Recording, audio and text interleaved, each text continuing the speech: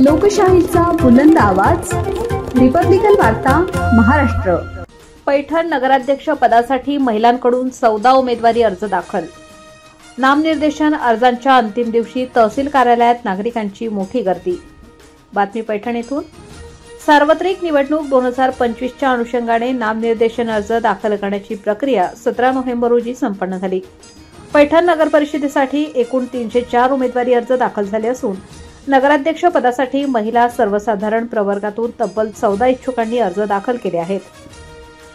अंतिम दिवशी दुपारी 3 वाजेपर्यंत अर्ज स्वीकृतीची मुदत असल्याने तहसील कार्यालय परिसरात उमेदवार पक्षाचे पदाधिकारी, कार्यकर्ते व नागरिकांची मोठ्या प्रमाणात गर्दी झाली होती। अर्ज दाखल करण्यासाठी विविध राजकीय पक्षांचे बडे नेते आणि कार्यकर्ते उत्साहाने उपस्थित राहिल्याचे चित्र पाहायला मिळाले। पैठण नगरपालिका क्षेत्रात एकूण 12 प्रभाग असून त्यातून 25 नगरसेवक निवडून येणार आहेत। नगराध्यक्षपद महिला सर्वसाधारण प्रवर्गासाठी राखीव असल्यामुळे अनेकांनी इच्छुक म्हणून अर्ज दाखल करण्याची उत्सुकता दाखवली आहे। काही पक्षातून 3 ते 4 इच्छुक पुढे आल्याने अंतर्गत नाराजीही दिसून येत आहे।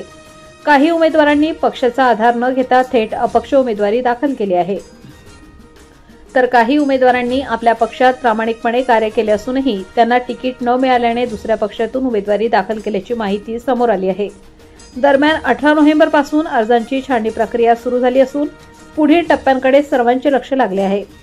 रिपब्लिकन वार्ता महाराष्ट्र न्यूजसाठी पैठण प्रतिनिधी राहुल गिरे, Chhatrapati Sambhajinagar. Subscribe now and press the bell icon. Never miss an update.